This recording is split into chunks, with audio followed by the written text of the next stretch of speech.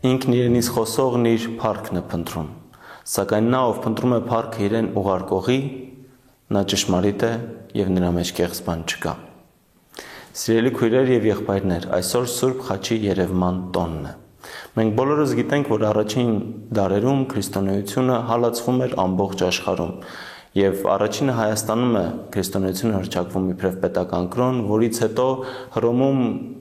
13 տարի անց թույլտվություն է տրվում, որպեսզի քրիստոնյաները ազատ լինեն։ Մինչև այդ ամբողջ աշխարհում քրիստոնյաները հալածանքների են ենթարկվում, աղոթում էին գերեզմանոցներում, թաքում, ծածուկ, որպեսզի որևէ մեկը չիմանա և որպեսզի նրանց չսպանեն ու չհալածեն։ Մենք երբ այսօր ընթերցում ենք եկեղեցու պատմությունը և անդրադառնում ենք այդ առաջին դարերին,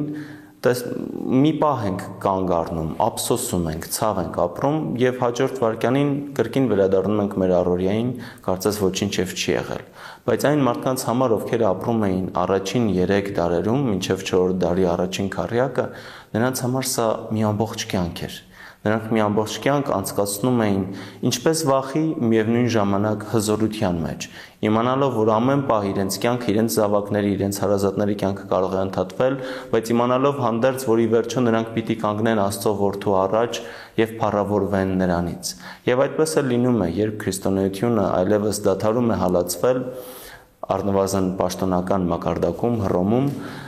դրանից տարիներ անց 4-րդ դարի կեսին երկնքում երևում է Սուրբ Խաչի նշանը, որը ավելի լուսավոր է լինում, քան անգամ Արեգակը։ 300 տարիներ չարչարանքների ու հալածանքների ենթարկվելուց հետո մարդիկ կարծես տեսնում են իրենց հաղթանակը ամրագրված Աստծո կողմից, երկնքում տեսնելով Խաչի նշանը։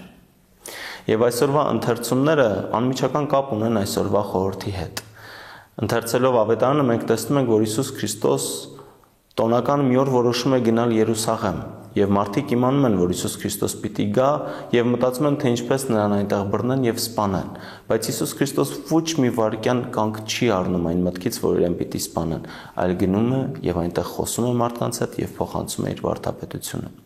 Այս ընթերցումը գալիս է ինչպես մեզ, այնպես էլ առաջին դարերում ապրող քրիստոնյաներին հուշելու, որ մեր փորձությունների մեջ, մեր դժվարությունների մեջ և անգամ մեր վախերի մեջ մենք միայնակ չենք։ Աստված մեզ հետ է, Աստծո որդին մեր առաջնորդն է, որովհետև ինքն էլ անցավ չարչարանքի, անարգանքի և ի վերջո մահվան ճանապարհ, բայց հարություն առավ և իբրև հարություն առած Աստծո որդի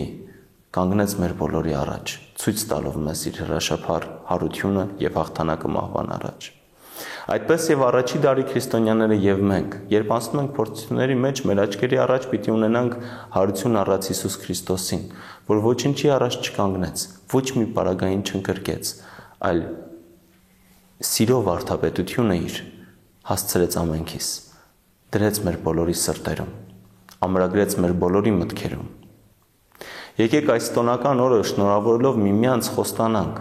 որ մենք նույնպես մեր Տեր և Փրկիչ Հիսուս Քրիստոսի օրինակով, մեր սուրբ նահատակների օրինակով չենք ընկրկելու, չենք վախենալու, չենք սարսափելու և որևէ փորձության առաջ։ Եվ Աստծո սերը, որ տրված է մեզ ամենքից, որ բնակվում է մեր սրտերում, պիտի դրսևորենք, պիտի ցույց տանք նախ և առաջ միմյանց հանդեպ, պիտի սիրենք իրար։ Հիսուս Քրիստոս ասում է, որ ամենամեծ պատվիրանը Աստված պաշտությունն է, որը դրսևորվում է մարդասիրության մեջ։ Սիրեք ձեր ընկերներին, մտերիմներին և առհասարակ բոլորին, այնպես, ինչպես սիրում եք ինքներդ ձեզ։ Եվ այդ սիրո մեջ կտեսնեք Աստծուն, և Աստծո օրհնությունն ու շնորհը ձեր սրտերում կծաղկի, և այդ բերկրանքից դուք ինքներդ կզգաք Աստծո ներկայությունը։ Ամեն։